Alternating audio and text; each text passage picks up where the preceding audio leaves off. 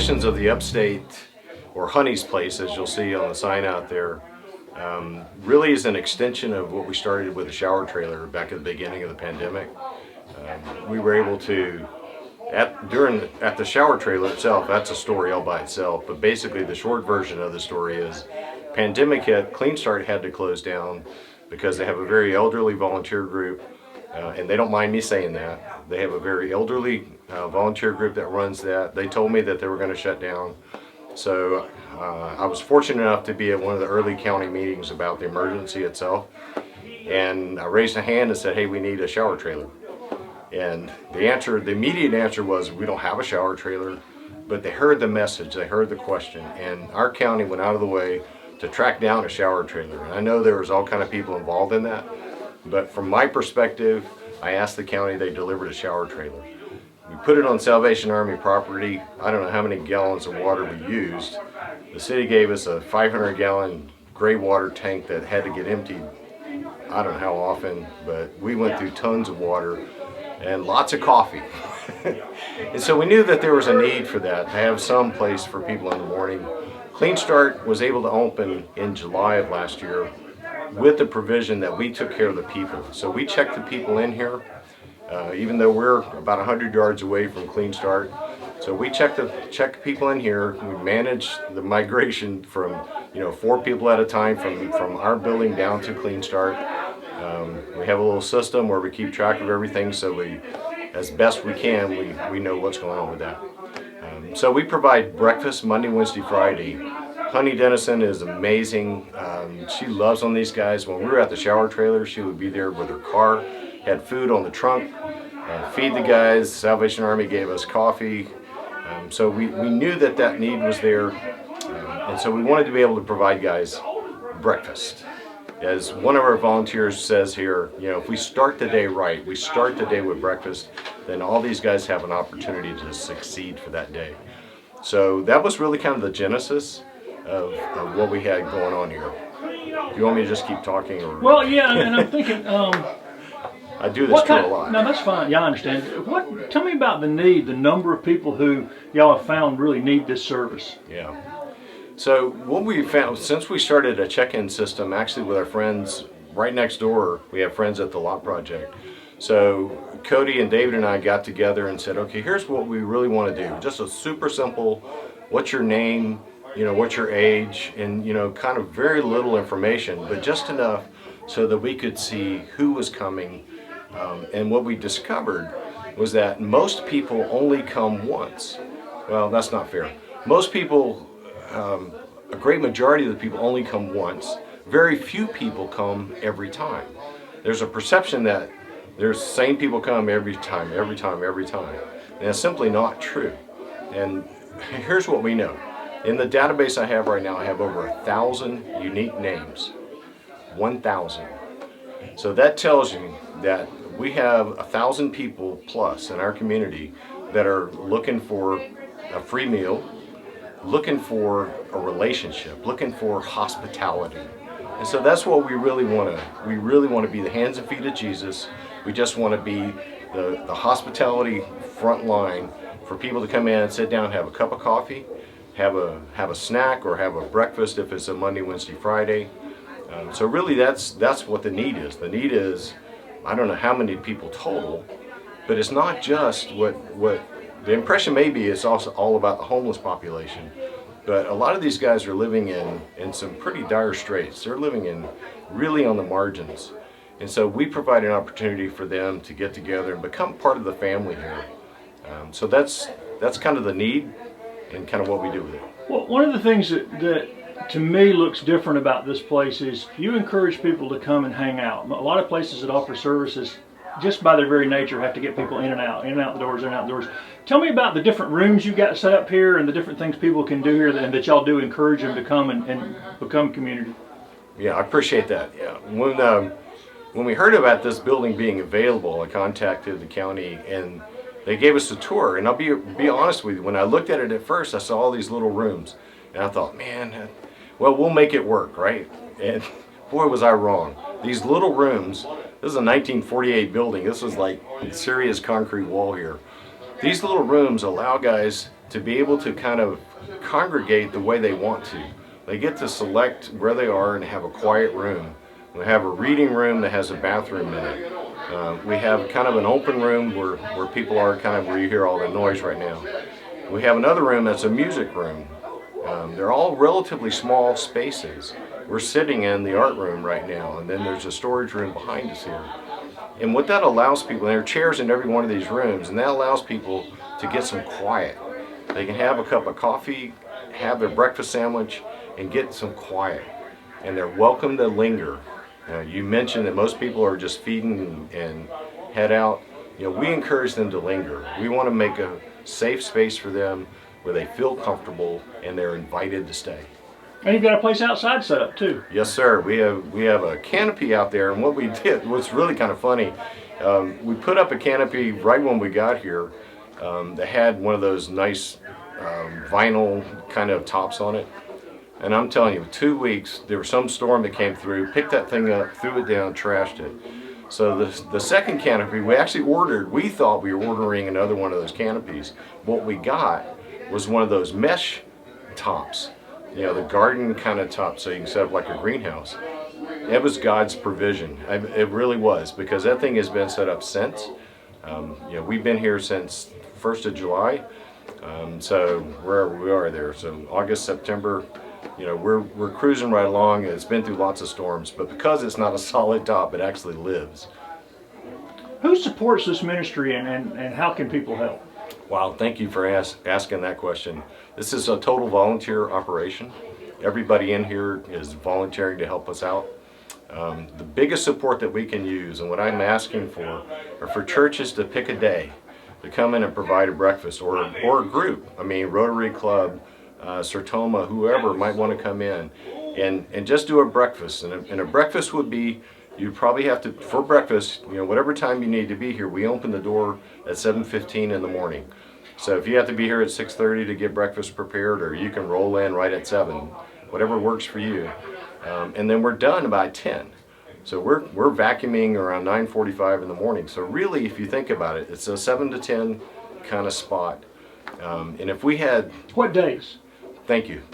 Monday, Wednesday, Friday, from about 7:15 to 10 is when we open up. So anybody that can come in and help us out, Monday, Wednesday, Friday, 7 to 10 roughly, that would be great. Now I do for Tuesday and Thursday, by the way, we are open on Tuesday and Thursday. So Tuesday I do a Bible study here.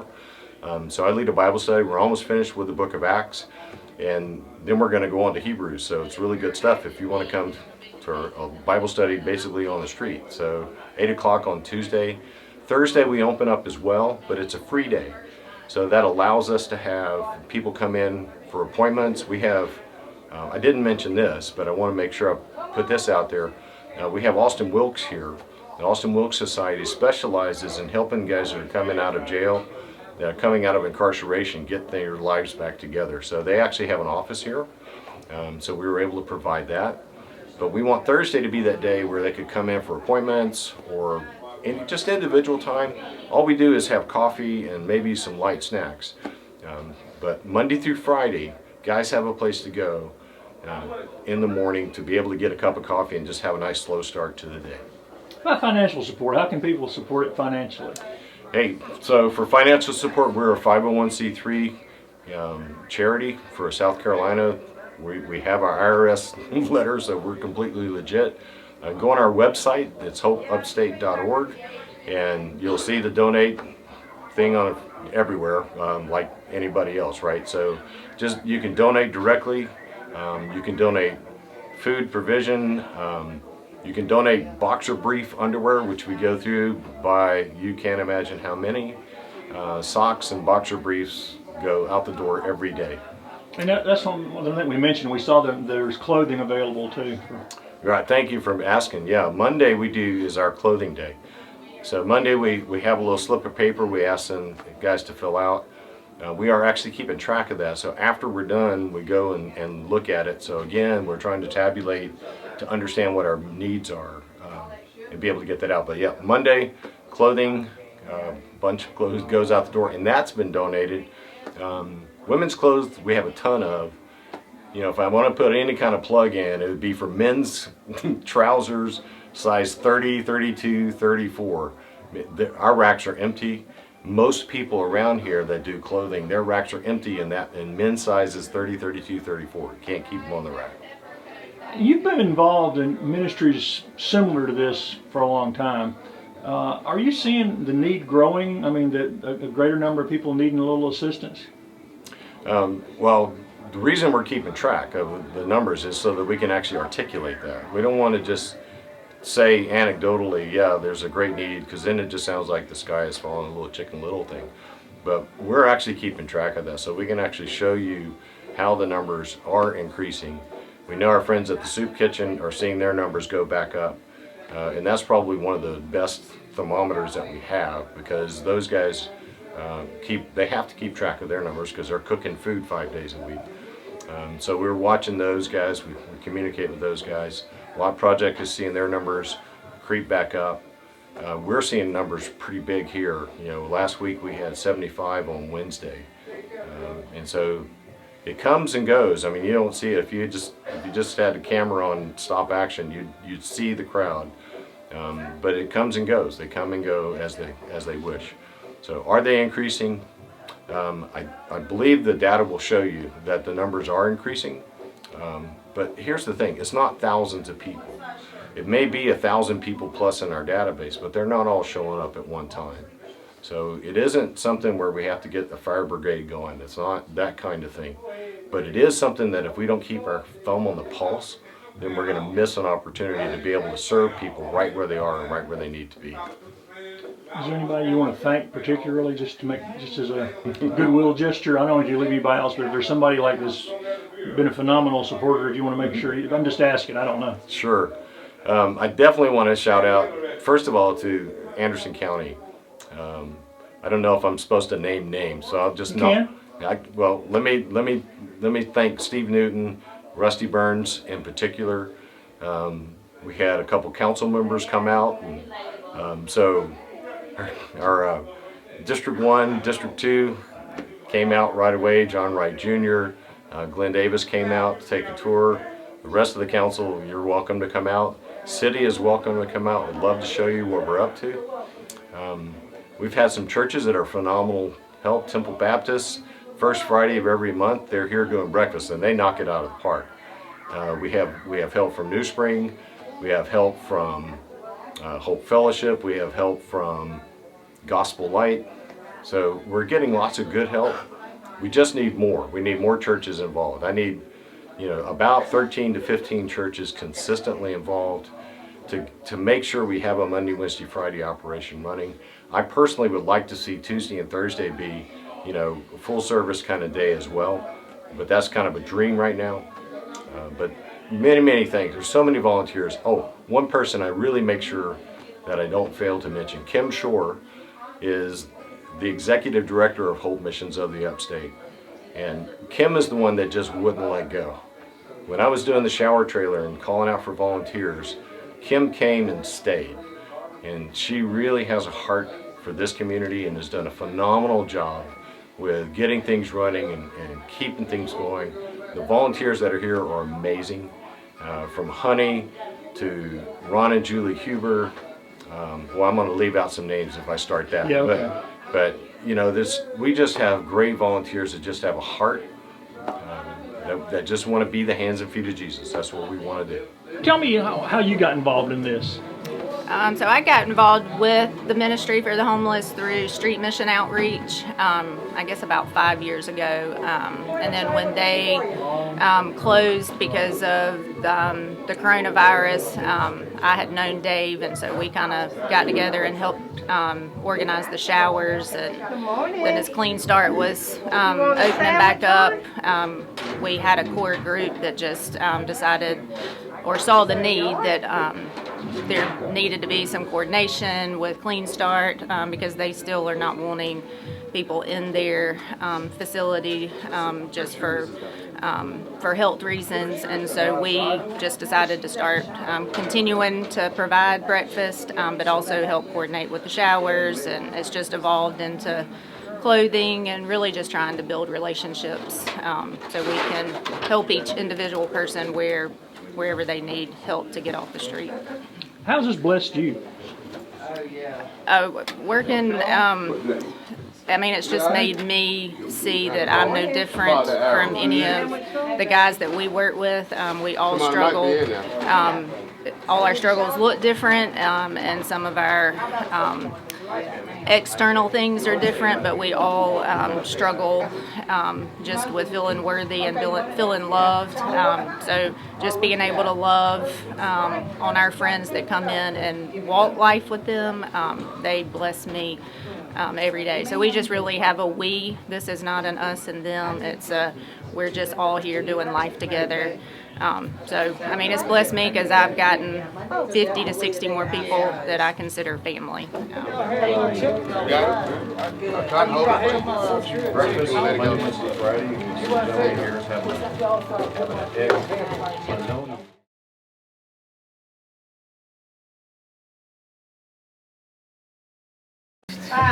Why is it called Honey's Place? They did it. Now you have to ask them. And what do you do here? Cook. And how much do you cook? Depends on how many people. I have fixed 88 sandwiches on Monday. Wednesday I use 60 biscuits and 4 gallons of gravy. Depends on the crowd and how hungry they are. And why did you get involved in this? I opened my mouth at the wrong time. Now, there's got to be more to it than that. I mean, you could be home sleeping right now. When we had the temporary shower, I went over for the christening.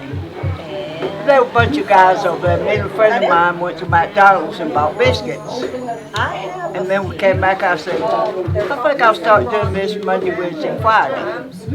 So I make croissants, put a towel, close my trunk, serve croissants, orange juice, and chocolate milk for 3 months. And they decided to open this place.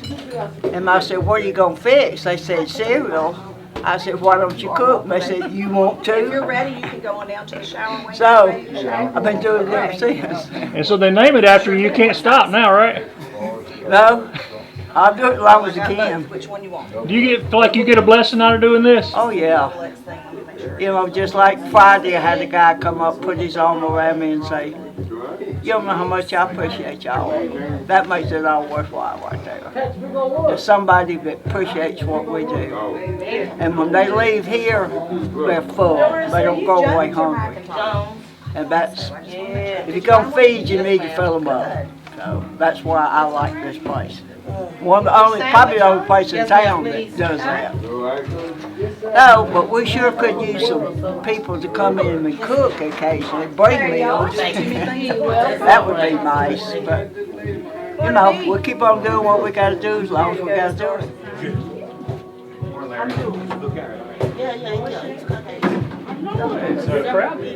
Tell me why you're here today. Well, I volunteer here.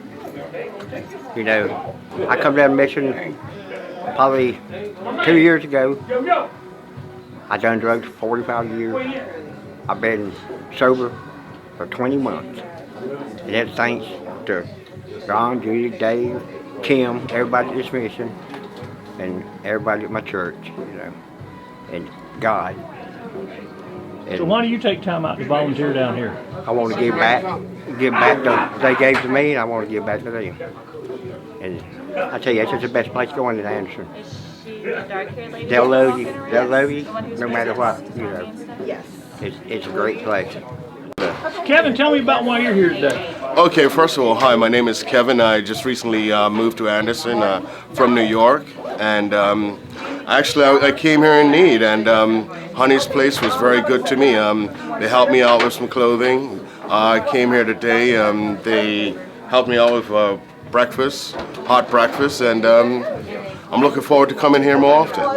Are you beginning to meet people? Absolutely. Well, you know, like I said, I'm new in town, and you know, I basically came out today to do some volunteering, and hopefully I can get a chance to meet some people, get acclimatized to the atmosphere here, and get to know people here in Anderson. They're doing a lot for the community here, and I'm a very community-minded person, and I definitely want to be involved. You know,